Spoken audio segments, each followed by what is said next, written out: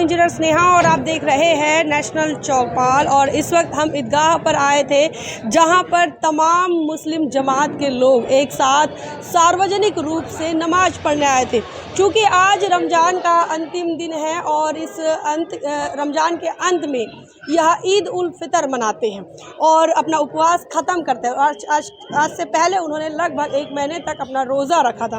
इसी बीच सबसे ख़ास बात जो देखने को मिली, आप देखिए पीछे जय भीम जय मीम लिखा है और फिर लिखा है परम पूज्य डॉक्टर बाबा साहब अम्बेडकर सार्वजनिक जयंती उत्सव समिति। एक तरफ डॉक्टर बाबा साहब है और एक तरफ ईद का सिंबल है। तो ऐसे में इन लोगों से बातचीत करेंगे चूँकि यह अम्बेडकर जयंती की उत्सव समिति है और इनके तरफ से ईद की मुबारकबाद दी जा रही है। बातचीत करेंगे क्या उनका खास मकसद है, क्यों यहाँ पर ये लोग आए हैं, क्या कहेंगे। हमारे पास ये समिति के अध्यक्ष हैं, क्या बताएंगे आज के इस कार्यक्रम को लेकर। आपने दिली मुबारकबाद दी और आप तमाम लोग यहाँ मुबारकबाद देने के लिए बैठे भी हैं, क्या मकसद था।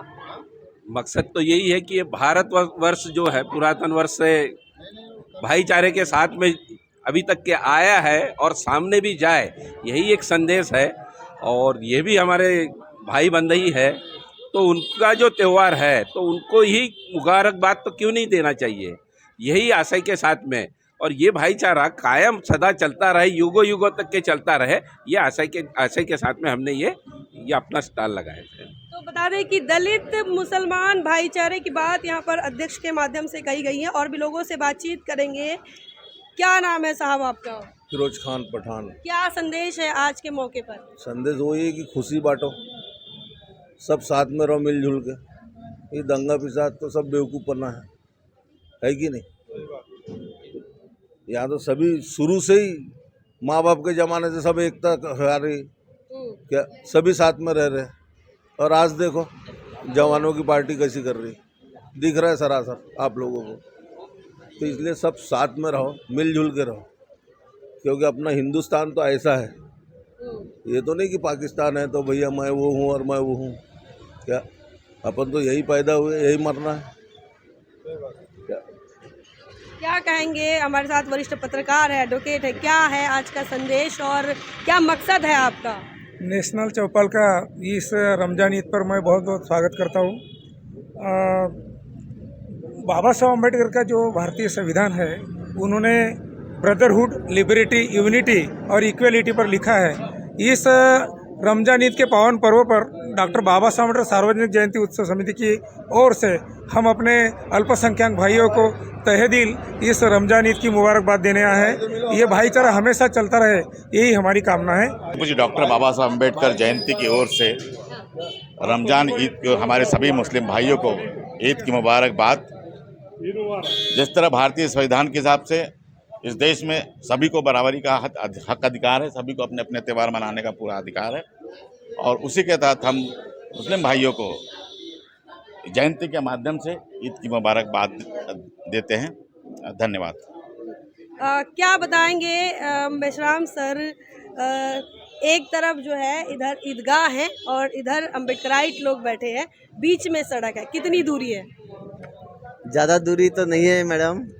हम यहाँ जो सार्वजनिक डॉक्टर बाबा साहब अम्बेडकर सार्वजनिक जयंती के तहत जो बाबा साहब अम्बेडकर ने हमको स्वातंत्र समता न्याय बंधुत्व का जो मंत्र दिया, उसके तहत हम 2008 से ये रमज़ान ईद के अवसर पर यहाँ जैसे ही हमसे समिति की ओर से जो भी फल फ्रूट है वो देते हैं, और उनमें और हमारे में जो भाईचारा हमेशा बना रहे, और हमारे भी जो भी जयंती कार्यक्रम जो आते हैं उनमें मिलकर ही हम सभी ये कार्यक्रम हम लेते हैं। उस तहत हमने भी आज उनको ये कार्यक्रम में उनमें इन्वॉल्व हुए और ये रमज़ान ईद की मुबारकबाद देने के लिए।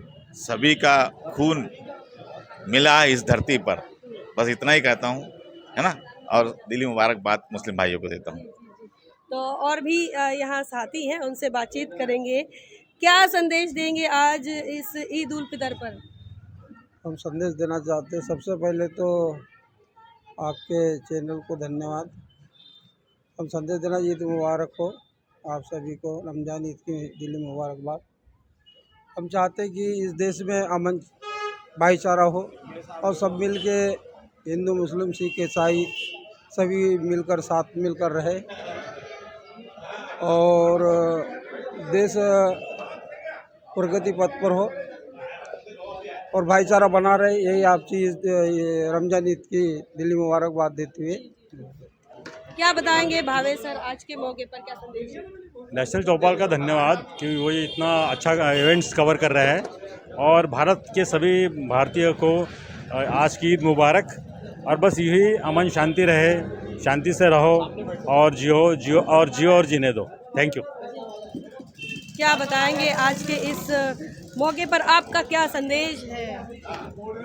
आज ईद के मौके पर इतना ही कहना चाहेंगे कि पूरे देश में जो है एक भाईचारा कायम रहे, इसीलिए ईद की सभी भारतवासियों को मुबारकबाद देते हैं।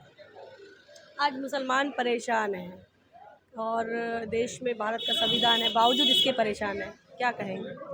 देखो, भारत के संविधान में सभी को इस देश में यानी आज़ादी के बाद जो यहाँ पर एक भाईचारा बनाए रखने के लिए संविधान के माध्यम से इस देश में सभी ने मिलकर के रहना चाहिए। मजहब का देश है, ये सभी का देश है और उनको संवैधानिक हक अधिकार के हिसाब से उनको सारी सुख सुविधा और उनकी हक अधिकार की और जान माल की इसकी सुरक्षा वहाँ पर है और उस हिसाब से उनको सुरक्षा देनी चाहिए।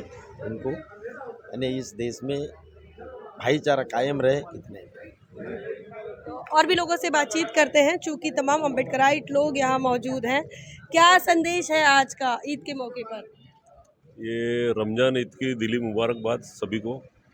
और आज बड़ा खुशी का मौसम है और सारे लोग हमारे बाबा साहब डॉक्टर सार्वजनिक उत्सव समिति की तरफ से हम लोगों ने यहाँ पर अपना शीतल जल का यहाँ पे व्यवस्था की थी और आज बड़े सबको दिली मुबारकबाद देते हुए, सबको बधाई देते हुए आज का ये हमारा कार्यक्रम संपन्न हुआ। धन्यवाद।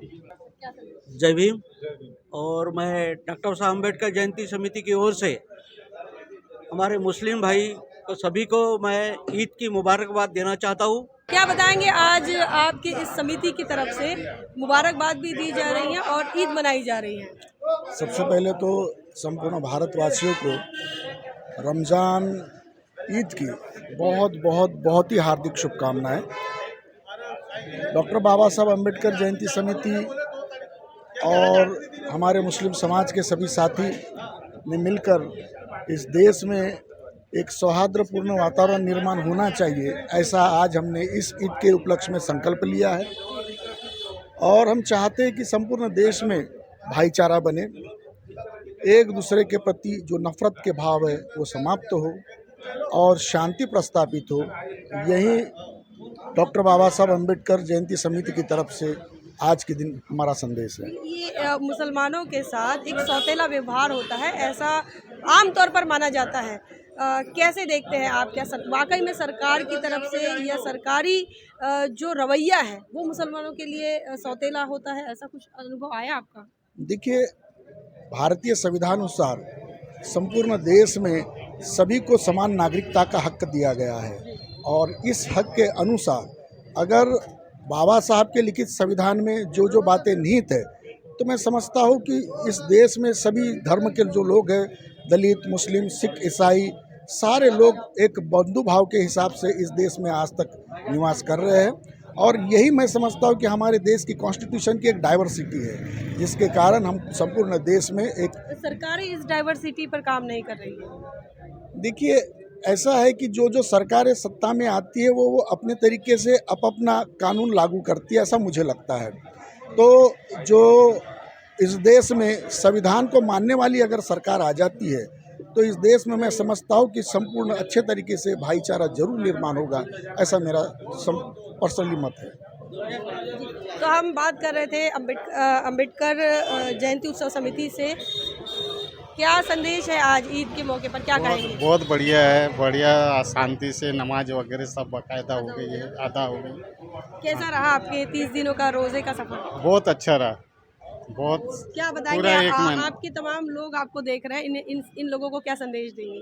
संदेश बहुत अच्छा रहा, सब अच्छी नमाज हुई, रोजे अच्छे हुए, बाकायदा सब मिलनसार सब भी अच्छा हो गया। आज क्या करने वाले हैं आप? आज बस गले मिलना है, वही सबसे बड़ी इबादत का दिन है आज। तो यहाँ हम लोगों से बातचीत कर रहे थे और देखिए जहाँ पर अम्बेडकराइट लोग होते हैं वो संविधान की बात करते हैं, हक अधिकार की बात करते हैं और वो हक अधिकार की बात करते हैं, दलितों के भी अधिकारों की बात करेंगे, वो आदिवासियों के अधिकारों की बात करेंगे, वो मुसलमानों के अधिकारों की बात करेंगे।